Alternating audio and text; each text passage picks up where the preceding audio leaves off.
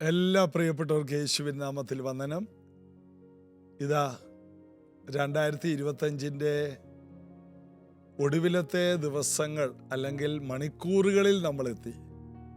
48 മണിക്കൂർ പോലും ഇനി നമ്മുടെ മുമ്പിലില്ല. ദൈവത്തിൻ്റെ വാഗ്ദത്തങ്ങൾ എത്രയുണ്ടെങ്കിലും അത് ഉവ്വ് ഉവ്വ് എന്നാണ്. അതിന് നമ്മൾ ആമേൻ ആമേൻ എന്ന് പറഞ്ഞാൽ മതി. ഈ വർഷം ദൈവം തരാമെന്ന് പറഞ്ഞിട്ടുള്ളതെല്ലാം ഈ വർഷത്തിനകത്ത്, അത് വൈകാതെ ഈ വർഷത്തിനകത്ത് തരാൻ കഴിവുള്ള ദൈവത്തെ നമുക്ക് കടന്ന് വിശ്വസിക്കാം. വെറും 12 മണിക്കൂർ കൊണ്ടാണ് അഹരോൻ്റെ പേര് എഴുതിയ ആ വടി തളിർത്ത് പൂത്ത് ഫലം കായ്ച്ചത്. ഒരു രാത്രി. നമുക്ക് 2 രാത്രികളില്ലേ? ഈ 2 രാത്രികൾക്കുള്ളിൽ തളിർത്ത് പൂത്ത് ഫലം കായ്ക്കാനേ ഉള്ളൂ. ദൈവത്തിന് അത് ചെയ്യാൻ കഴിയും. നമുക്ക് ദൈവത്തെ കടന്ന് വിശ്വസിക്കാം.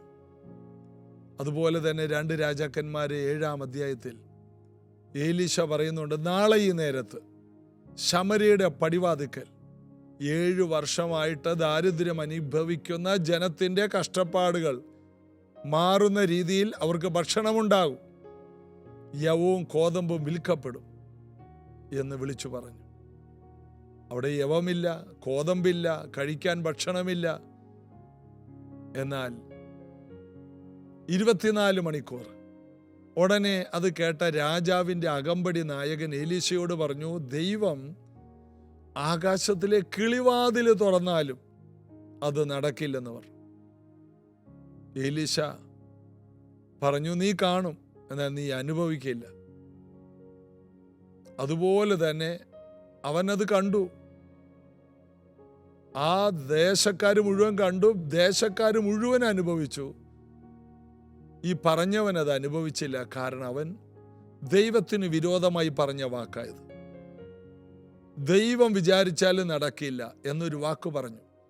അതുകൊണ്ട് എന്താ സംഭവിച്ചത്? യവവും കോതമ്പും അടുത്ത ദിവസം വിൽക്കപ്പെടുന്ന സമയത്ത് രാജാവ് ഈ അകമ്പടി നായകനെ ഈ ഭക്ഷണത്തിനു വേണ്ടി അരിക്കും കോതമ്പിനൊക്കെ വേണ്ടി ക്യൂ നിൽക്കുന്നവരെ നിയന്ത്രിക്കാൻ നിർത്തി. അവരുടെ ഉന്തൽ തള്ളലിൻ്റെ ഇടയിൽപ്പെട്ട് ഈ മനുഷ്യൻ താഴെ വീണു. ജനങ്ങൾ വിശപ്പിൻ്റെ ആ വേദനയോടെ ആരും മാറിയില്ല. ഇദ്ദേഹത്തിൻ്റെ ദേഹത്തുകൂടി ചവിട്ടി നടന്നുപോയി. അങ്ങനെ അവൻ ചവിട്ടുകൊണ്ട് മരിച്ചു. ദൈവത്തിന് 24 മണിക്കൂർ മതി. ബൈബിളിൽ ഓരോ ചരിത്രങ്ങളും എഴുതി നമ്മെ വായിച്ച് കേൾപ്പിക്കുന്നത് ഇന്നും ഇതൊക്കെ ചെയ്യാൻ ദൈവം മതിയായവൻ. ഒരു രാജ്യത്തിന് ഭക്ഷണം കൊടുത്തെന്ന് 24 മണിക്കൂറുണ്ട്. അഹരോന്റെ പേരെഴുതിയ വടി തളിർത്തു എന്ന് പറഞ്ഞാൽ അഹരോനെ ദൈവം അംഗീകരിച്ചതിന് 12 മണിക്കൂർ. ഇന്ന് നമ്മൾ ചിന്തിക്കാൻ പോകുന്നത് അപ്പോസ്തല പ്രവൃത്തിയിൽ 19-ാം അധ്യായത്തിൻ്റെ 6-ാം വാക്യം വരെയാണ് നമ്മൾ വായിച്ചത്. പൗലോസ് അവരുടെ മേൽ കൈവച്ചപ്പോൾ പരിശുദ്ധാത്മാവ് അവരുടെ മേൽ വന്നു. അവർ അന്യഭാഷകളിൽ സംസാരിക്കുകയും പ്രവചിക്കുകയും ചെയ്തു. എഫെസോസിൽ ചെന്നപ്പോൾ കർത്താവിൻ്റെ ശിഷ്യന്മാരായ 12 പേരെ പൗലോസ് കണ്ടു. പൗലോസ് അവരോട് ചോദിച്ചു, നിങ്ങൾ പരിശുദ്ധാത്മാവിനെ പ്രാപിച്ചുവോ? 2-ാം വാക്യത്തിൽ 19:2. ഇല്ല എന്നവർ പറഞ്ഞു. പരിശുദ്ധാത്മാവ് ഉണ്ടെന്ന് പോലും ഞങ്ങൾ കേട്ടിട്ടില്ല. ഇന്ന് ദൈവസഭകളിലുള്ളവർ പരിശുദ്ധാത്മാവിനെ കുറിച്ച് കേൾക്കുന്നവരാണ്. കേൾക്കാതിരുന്നാൽ പ്രാപിക്കേണ്ട, എന്നാൽ കേട്ടാൽ പ്രാപിച്ചിരിക്കണം. ഈ ദിവസങ്ങളിൽ പുതിയ വർഷത്തിലേക്ക് കയറുന്നതിനുള്ളിൽ നിങ്ങൾ പരിശുദ്ധാത്മാവിനെ പ്രാപിക്കുക. നിങ്ങളുടെ ജീവിതം മാറും. പരിശുദ്ധാത്മാവിനെ പ്രാപിക്കണം. പൈശാചിക മണ്ഡലങ്ങളെ അതിജീവിക്കാൻ പരിശുദ്ധാത്മാവിനെ പ്രാപിക്കണം. അപ്പോസ്തല പ്രവൃത്തിയിൽ നിർബന്ധിക്കുന്ന കാര്യമാണ്, നിങ്ങൾ പരിശുദ്ധാത്മാവിനെ പ്രാപിച്ചു. യോഹന്നാന്റെ സുവിശേഷം 7:37 മുതൽ വായിക്കുമ്പോൾ, ഉത്സവത്തിൻ്റെ മഹാദിനമായ ഒടുക്കത്തെ നാളിൽ യേശു നിന്നുകൊണ്ട്, ദാഹിക്കുന്നവൻ എൻ്റെ അടുക്കൽ വരട്ടെ, എന്നിൽ വിശ്വസിക്കുന്നവരുടെ ഉള്ളിൽ നിന്ന് തിരുവെഴുത്ത് പറയുന്നത് പോലെ ജീവജല നദികൾ ഒഴുകും. വിശ്വസിക്കുന്നവരുടെ ഉള്ളിൽ നിന്ന്, ഇത് ഉള്ളിൽ നിന്ന് വെളിയിലോട്ട് വരേണ്ട ഒന്നാണ്. വിശ്വസിക്കുന്നവർക്ക് ഇത് റിലീസ് ചെയ്യാൻ കഴിയും. വിശ്വസിക്കുന്നവരുടെ ഉള്ളിൽ നിന്ന് തിരുവെഴുത്ത് പറയുന്നത് പോലെ ജീവജല നദികൾ. യേശു അന്ന് തേജസ്കരിക്കപ്പെട്ടിട്ടില്ലായെങ്കിൽ ആത്മാവ് വന്നിട്ടില്ലായിരുന്നു എന്ന് യോഹന്നാൻ 7:37, 38, 39 വാക്യങ്ങൾ കാണാം. അന്ന് യേശു ഉയർത്തെഴുന്നേറ്റിട്ടില്ല, മരിച്ചിട്ടില്ല. ആകയാൽ പരിശുദ്ധാത്മാവ് വന്നില്ല. എന്നാൽ യേശു ഉയർത്തെഴുന്നേറ്റ് പോകുമ്പോൾ പറഞ്ഞു, നിങ്ങൾ യെരുശലേമിൽ ഈ അഭിഷേകത്തിനായി, ഈ പരിശുദ്ധാത്മാവിനായി കാത്തിരിക്കുക. ഈ ശക്തി ലഭിച്ചിട്ട് നിങ്ങൾ സാക്ഷികളാകണമെന്നല്ല, ആകും. ഈ ശക്തി വന്നു കഴിഞ്ഞാൽ നിങ്ങൾക്ക് സാക്ഷ്യം പറയാനുള്ള കഥ ഉണ്ടാകാൻ പോവുകയാണ്. നിങ്ങൾ സാക്ഷികളാകും. അപ്പോസ്തല പ്രവൃത്തി 1:8 വാക്യം, നിങ്ങൾ സാക്ഷികളാകും. ഇന്ന് വരെ ഒരു നല്ല സാക്ഷ്യം വിശ്വാസത്തിൽ വന്നിട്ട് പറയാത്തവരോട് പറയാൻ, നിങ്ങൾ സാക്ഷികളാകാൻ പോവുകയാണ്. നിങ്ങളോടുള്ള പ്രവചനമാണ് ഞാൻ ഈ പറയുന്നത്. ഈ ഉയരത്തിലെ ശക്തിയിൽ നിങ്ങളൊന്ന് നിറയാമോ? ഒത്തിരി പേര് പറയും, ബ്രദറെ പ്രാർത്ഥിക്കണേ, പാസ്റ്ററെ പ്രാർത്ഥിക്കണേ. പ്രാർത്ഥിക്കാം. എന്നാൽ നിങ്ങൾക്ക് സ്വന്തമായിട്ട് പല മറുപടികളും മറ്റുള്ളവരുടെ ആരുടെയും സഹായം ഇല്ലാതെ പ്രാപിച്ചെടുക്കാൻ കഴിയും.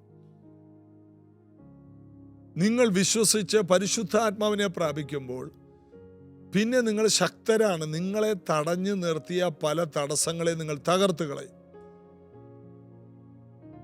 സെരുബാബേലിന്റെ മുൻപിലുള്ള മഹാപർവ്വതമേ, നീ ആര്?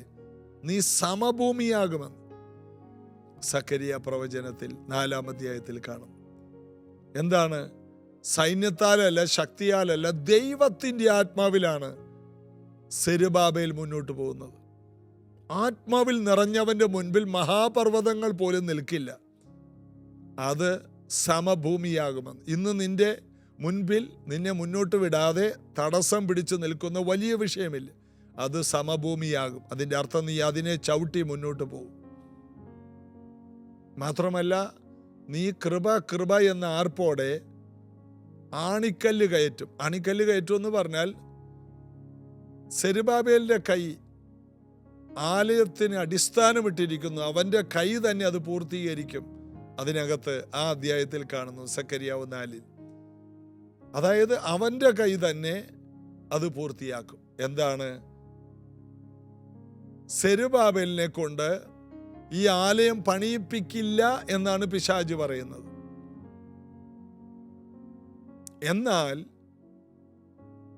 പ്രവാചകന്മാർ പറയുന്നു, സെരുബാബേലിന്റെ കൈ തന്നെ അത് പൂർത്തിയാക്കും. കാരണം ദൈവത്തിൻ്റെ ആത്മാവിനാൽ. മനുഷ്യശക്തി കൊണ്ട് പിടിച്ചു നിർത്താൻ കഴിയില്ല, സൈന്യത്താലുമല്ല, ശക്തിയാലുമല്ല, ദൈവത്തിൻ്റെ ആത്മാവിനാൽ. സെരുബാബേൽ ആരംഭിച്ചത് അവൻ പൂർത്തിയാക്കും. അതാണ് ആണിക്കല്ല് കയറ്റും. ആണിക്കല്ലെന്ന് പറഞ്ഞാൽ ഒരു ദേവാലയം പണിത് ഏറ്റവും മുകളിൽ വെക്കുന്ന, ഏറ്റവും ഉയരത്തിൽ ഏറ്റവും മുകളിൽ കൊണ്ടുവന്ന് വെക്കുന്ന കല്ലാണ്. അടിസ്ഥാനം ഏറ്റവും താഴെ മണ്ണിലാണ് ഇട്ടത്. എന്നാൽ അവൻ അത് പൂർത്തിയാക്കും. ചെറിയ കാര്യമല്ല ദേവാലയം പണിയുക എന്ന് പറയുന്നത്. ദൈവം ആദ്യം ദേവാലയം പണിയിപ്പിച്ചത്, മരുഭൂമിയിൽ സമാഗമന കൂടാരമുണ്ടായിരുന്നു, എന്നാൽ കെട്ടുറപ്പുള്ള ഒരു ദേവാലയം പണിയിപ്പിച്ചത് ശലോമോനെ കൊണ്ടാണ്.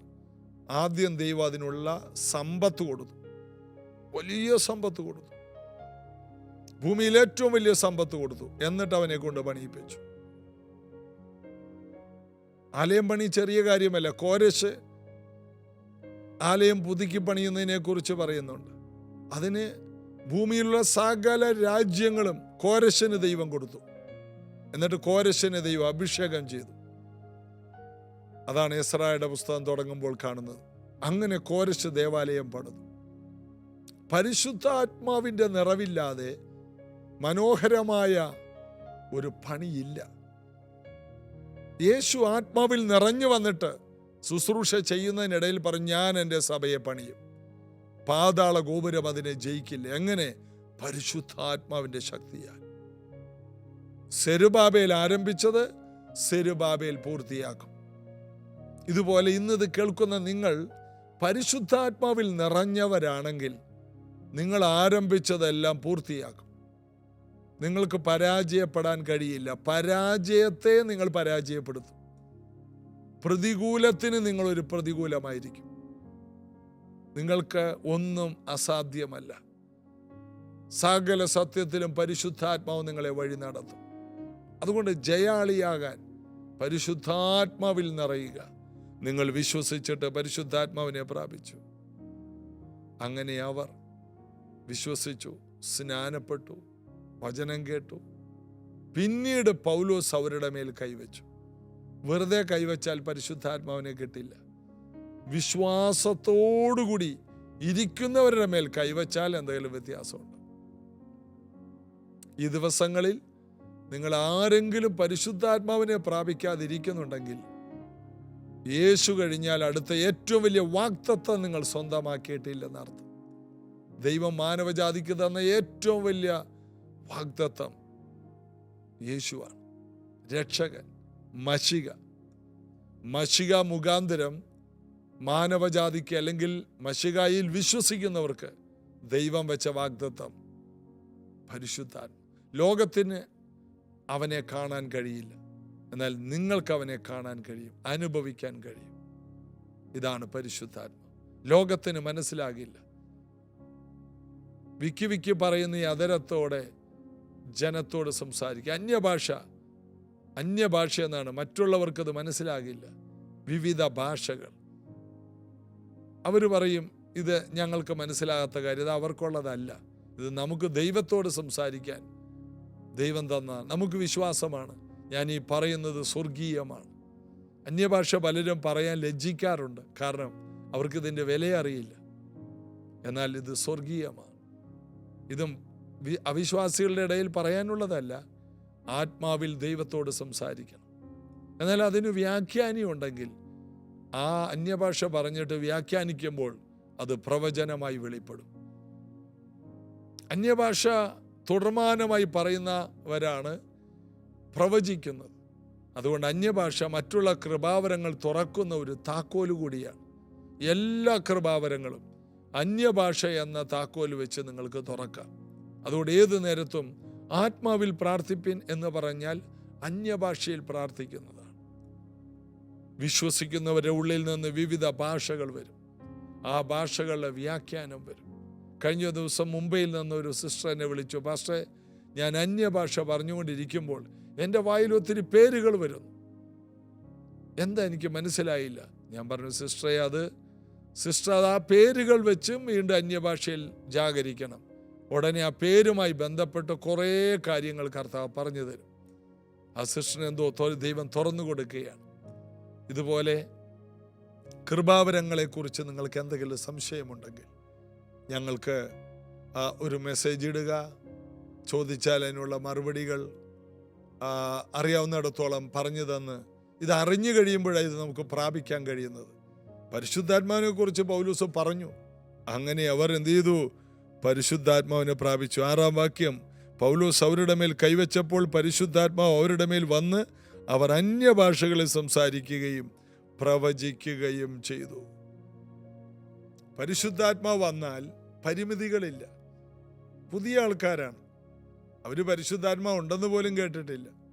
എന്നാൽ അന്ന് അവര് യേശുവിൻ്റെ വചനം മനസ്സിലാക്കി, സ്നാനപ്പെട്ടു, പിന്നീട് പ്രാർത്ഥിച്ചു. പൗലോസ് അവരുടെ മേൽ കൈവച്ചു. എന്ത് സംഭവിച്ചു? കൈവച്ച് പ്രാർത്ഥിച്ചെന്നില്ല, പൗലോസ് അവരുടെ മേൽ കൈവച്ചപ്പോൾ. പ്രാർത്ഥിക്കുന്നവർ എപ്പോഴും വെറുതെ കൈവച്ചാൽ മതി. ഇന്ന് പലരും പ്രാർത്ഥിക്കാത്തവര് കൈവച്ച് പ്രാർത്ഥിക്കും, മറുപടി കാണാറില്ല. എന്നാൽ ഏതു നേരത്തും ആത്മാവിൽ പ്രാർത്ഥിക്കുന്നവർ വെറുതെ കൈവച്ചാൽ മതി, പരിശുദ്ധാത്മാവിൻ്റെ വലിയ ചലനങ്ങൾ ഉണ്ടാകും. ഇന്നിത് കേൾക്കുന്ന ഓരോ വ്യക്തികൾക്കും വലിയ മാറ്റങ്ങൾ കർത്താവ് തരും. പരിശുദ്ധാത്മാവിനെ പ്രാപിക്കുമ്പോൾ വലിയ സാക്ഷ്യങ്ങൾ ഉണ്ടാകും. നിങ്ങൾ ഭൂമിയുടെ എല്ലാ ഭാഗത്തും സാക്ഷ്യം പറയും. അതായത് നിങ്ങളുടെ സാക്ഷ്യം കേട്ട് ലോകരാജ്യങ്ങൾ നടുങ്ങും. അതാണ് അതിൻ്റെ അർത്ഥം. കർത്താവ് നിങ്ങളിലൂടെ ചെയ്യുന്ന കാര്യങ്ങൾ അത് കേട്ടാൽ വലിയ കാര്യങ്ങൾ. അപ്പോസ്തലനായ പൗലോസും ബർന്നബാസും യെരുശലേമിൽ വന്ന് അപ്പോസ്തലന്മാരുടെയും ജനത്തിൻ്റെ നടുവിൽ, ജാതികളുടെ നടുവിൽ കർത്താവ് ചെയ്തത് വിവരിച്ച് അവർക്ക് മഹാസന്തോഷം വരുത്തിയെന്ന്. അപ്പോൾ മഹാസന്തോഷം കൊണ്ടുവരുന്ന കാര്യങ്ങളാണ് പരിശുദ്ധാത്മാവുള്ളവർ ചെയ്യുന്നത്. ഞാൻ വിശ്വസിക്കുന്നു നിങ്ങളിലൂടെ അത് സംഭവിക്കും. ഇന്നത് സംഭവിക്കും. ഈ 30-ാം തീയതി അത് സംഭവിക്കും. പ്രാർത്ഥിക്കാം യേശുവിൻ്റെ നാമത്തിൽ. പരിശുദ്ധാത്മാവിനെ പ്രാപിക്കാത്തവർ, പരിശുദ്ധാത്മാവിനെ കുറിച്ച് കേൾക്കാത്തവർ ഇന്ന് പരിശുദ്ധാത്മാവിനെ കുറിച്ച് കേട്ടു. യേശുവിനെ കർത്താവ് രക്ഷകനുമായി സ്വീകരിച്ചവർക്ക് ദാനമായി ലഭിക്കുന്ന പരിശുദ്ധാത്മാവെന്ന വാഗ്ദത്തം അവരുടെ മേൽ വരട്ടെ. ഇത് കേൾക്കുമ്പോൾ തന്നെ പലരും പരിശുദ്ധാത്മാവിൽ നിറയട്ടെ. അവരിൽ പുതിയ ഭാഷകൾ ഉണ്ടാകട്ടെ. അവർ പ്രവചിക്കാൻ തുടങ്ങട്ടെ. അവരിൽ അസാധാരണമായ ചലനമുണ്ടാകട്ടെ. അനുഗ്രഹിക്കും യേശുവിൻ നാമത്തിൽ. ആമേൻ. അസാധാരണമായ നിലയിൽ ദൈവം നിങ്ങളെ മാനിക്കാനും ഉപയോഗിക്കാനും പോകുന്നു. നമുക്ക് വിശ്വസിക്കാം. നമുക്ക് കർത്താവിൽ ആശ്രയിക്കാം, ആനന്ദിക്കാം. നാളെ ഇതേ സമയത്ത് നമുക്ക് ഒരുമിച്ച് കാണാം. നാളെ എന്ന ദിവസത്തിൻ്റെ പ്രത്യേകത 25-ൻ്റെ ഏറ്റവും ഒടുവിലത്തെ ദിവസമാണ്. അതുകൊണ്ട് ഇനിയുള്ള ദിവസങ്ങളിൽ, മണിക്കൂറുകളിൽ വളരെ പ്രാർത്ഥന നിറഞ്ഞവരായി, ക്രമീകരിക്കപ്പെടുന്നവരായി ജീവിതത്തെ സൂക്ഷിപ്പാനും ഒരുങ്ങാനും കർത്താവ് ഇടയാക്കട്ടെ. നാളെ രാവിലെ നമുക്ക് ഒരുമിച്ച് കാണാം. God bless you.